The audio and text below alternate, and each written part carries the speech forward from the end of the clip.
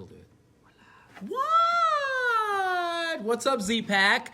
We're doing something brand new today. It's Incident Report, episode 11 Deuce. And here's the thing. Cox Cable, that does the business cable that we pay a lot for in our facility, stopped working. And you know what? When we called them, they said it wasn't their fault, even though it is, because we have a log saying all the errors that they have. So we're like, you know what? Screw you, Cox. You suck. You're a monopoly. We're going to go ahead and do the show from our phone. Yeah, like a bunch of freaking cavemen. Thanks, Cox. Jerks. Living up to your name. Okay? Here's the thing.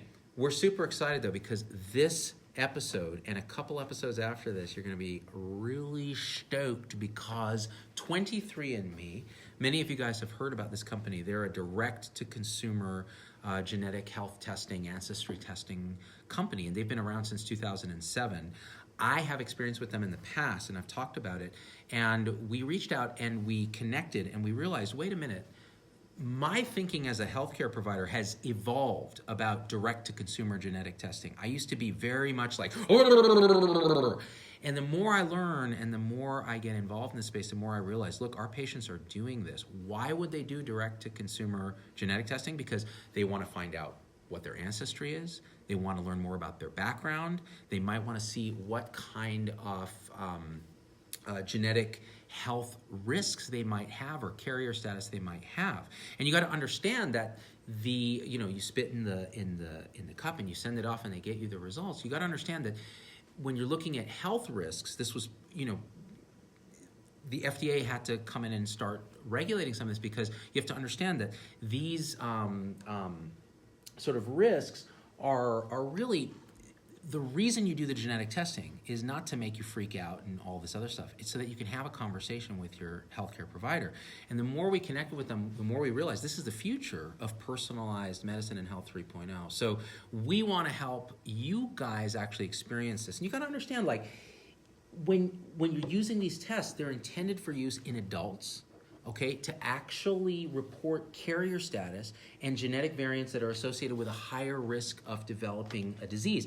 They're not intended to diagnose disease, to describe your overall risk of developing a disease. That's not what they're for. They're for those other things. And people might want to do them because it's a social thing. Like Tom finds out that he has runny earwax. That's right. I have hard earwax. Once I do it, they're going to tell me whether I'm white, super duper white, ultimate white, or clear. So it's going to be really interesting to know what shade of white I am. My money's on clear. And on top of that, you might want to be interested in, well, what are the things you might be influencing in your children ultimately? What's going on with your ancestry? There's so much that we can unpack and learn. Now, that being said, healthcare people like us are nervous about this stuff because we may not know, we may not be comfortable with having the discussion with our patients because we haven't done it ourselves.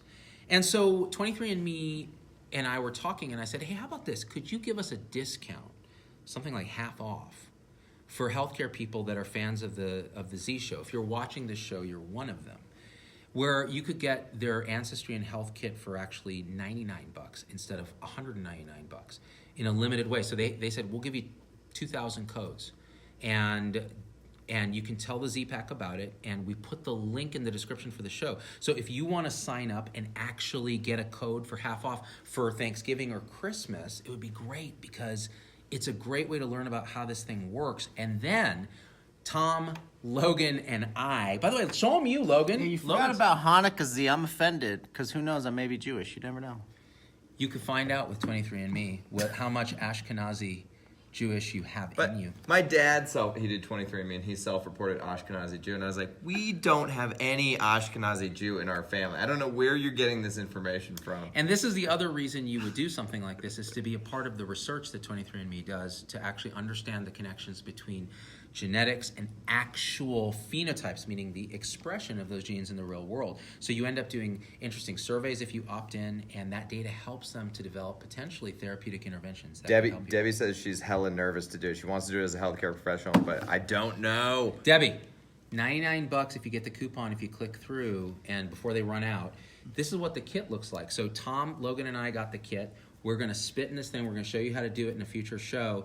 And then we're going to go through the process and walk you guys through it. Because honestly, I'm a deep believer that our patients are doing this. If we don't understand how it works, if we can't have a conversation, there's data that shows that patients say they're going to talk to their healthcare providers about it, but then a lot of them don't, either because of time or they don't think it's important. We ought to almost be asking about this, right? There's 2 million customers of 23andMe. How can you ignore that as a patient empowerment way to do things? And if we can connect in a 3.0 way to personalized medicine, it's great. So we got this.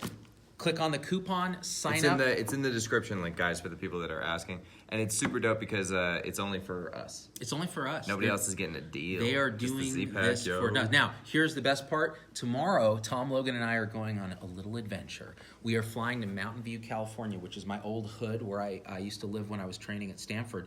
And we're going to 23andMe headquarters, and we're going to speak to their CEO and co-founder, Ann Wojcicki, who is an amazing person, and she's obviously been doing this for quite some time. And we're going to get into the weeds of direct-to-consumer, genetic testing, ancestry, and all the other stuff that we're talking about. So that's going to be a do-not-miss show. It's going to be at, 11:30 a.m. Pacific tomorrow. That's right, son. So definitely check in on that. Okay, that being said, let's talk about the show today. There was a recent article in various news outlets, and I have a U.S. News article right in front of me, usnews.com. Study suggests women less likely to get CPR from bystanders.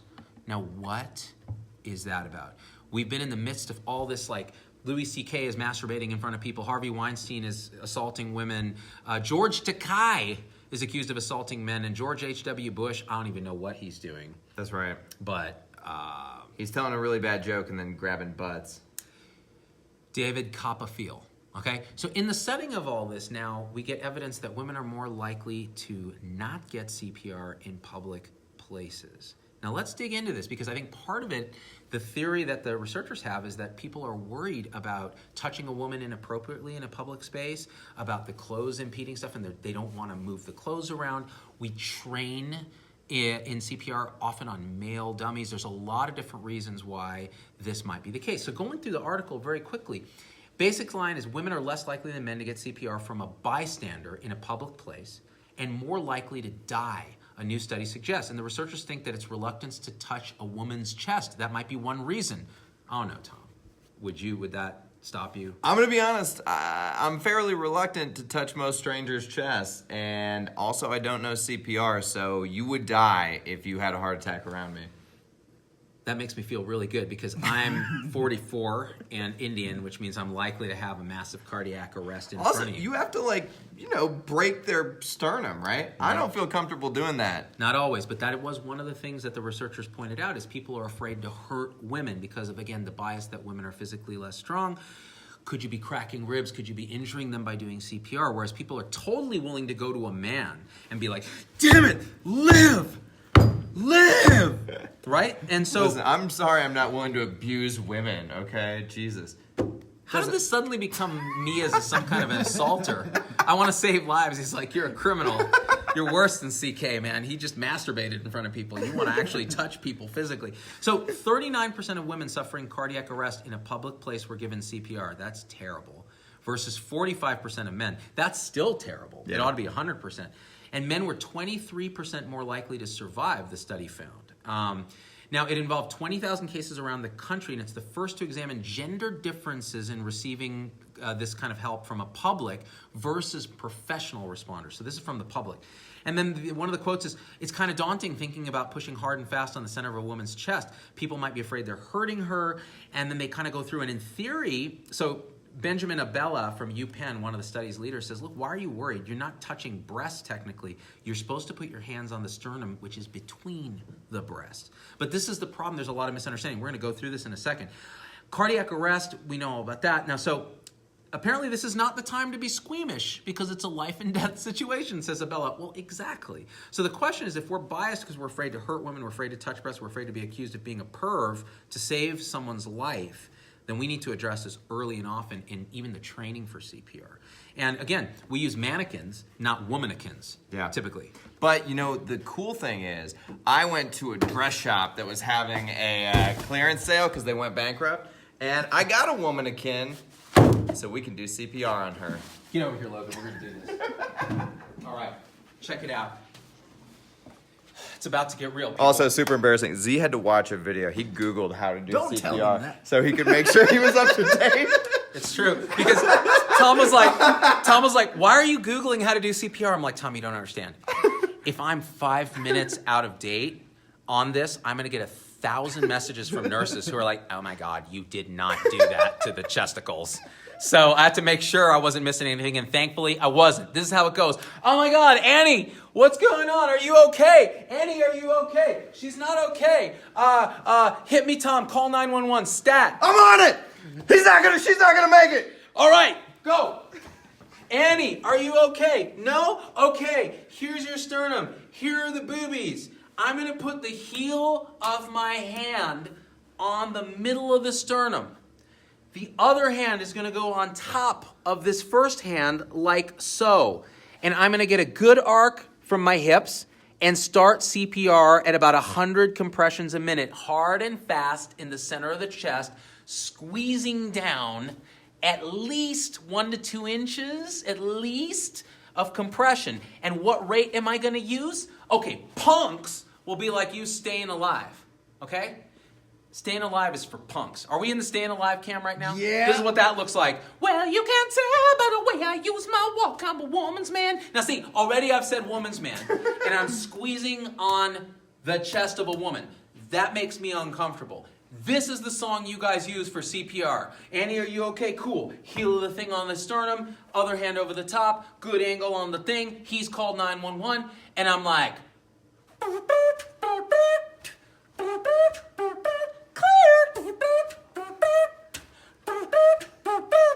Look out, mouth to mouse ridiculous. In the club when the mouse vesiculous. And yo, the protocol's all out of date. Blowing air down a pipe is so 2008. So forget about that. I'ma squeeze the chest. CPR hands only when your homie arrests.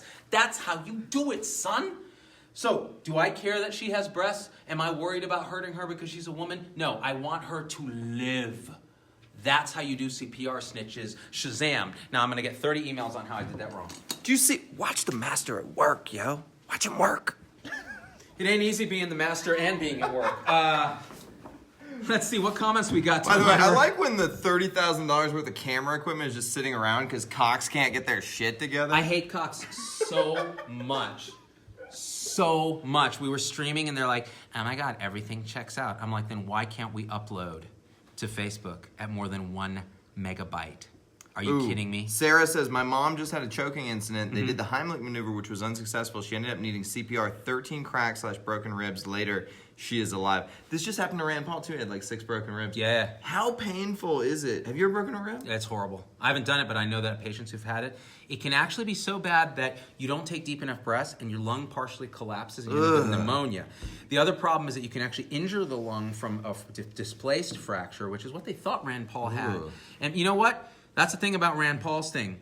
Who did this to him? An anesthesiologist. As usual, when something goes wrong, blame anesthesia. You forgot to tell somebody to get an AED. AEDs are for losers. Okay, no, they're right. But the AED is Tom calling 911. If there is an AED in the room, Tom. not obviously, actually, I should have said this, actually. You're right. Whoever said that. Who said that, Logan? A lot of people. A lot of people. You know what? A lot of people could shut up because they're absolutely right. So in our video, Clear, which was a parody of Usher, we talk about the AED.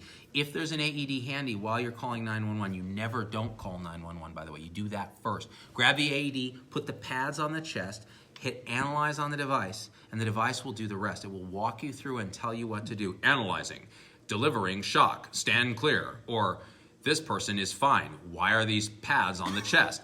Or why is your hand right on the nipple? It needs to be on the sternum. It won't tell you that, but it will. So AEDs are key, actually, and this is a more modern innovation that can actually save lives. So thank you for pointing that out and my missed piece on that. What else we got? And with that, now that we all know CPR, what do you say? I say we're going to remind you guys that 23andMe is sponsoring this episode of the show, which means we only take sponsors that we believe in. They agreed to work with us to drop their price with a coupon voucher for healthcare professionals that are fans of our show from $199 to $99 for health and ancestry reports. In order to get this coupon, you got to click the link that's in our description. We'll also put it in the comments later and in the website post and the YouTube post. Click through, follow the prompts, and you'll get emailed a coupon code to click through the Health and Ancestry for $99. Yeah. Do it if you're a healthcare professional, or even if you just want to learn more about your genes, because this will give us better understanding of what our patients are going through when they do this, and you'll see the value of this. Now, a lot of people think that it's not a strong enough predictor. Of course, I mean, genetics. Our genetics, they're just one potentiality, how we live. If it affects your exercise and your diet, and it affects how you talk to your doctor about your disease risk, if it affects your understanding of who you are ancestry-wise at all, isn't that worth knowing about? And I think that's the main thing, the main reason I'm kind of crazy about it. So tomorrow we're going to talk to Ann Wojcicki at 11:30 a.m. Join us. Yeah, dog. And dude, CPR, do it on men. Do it on women. Do it right. Get an AED. Yeah. Call 911. Check out our video, Ushers. Yeah. Call Clear. And we out. That's right. CPR's dope. CPR's so dope. So dope. I hate you so much, Tom Hunter. So dope.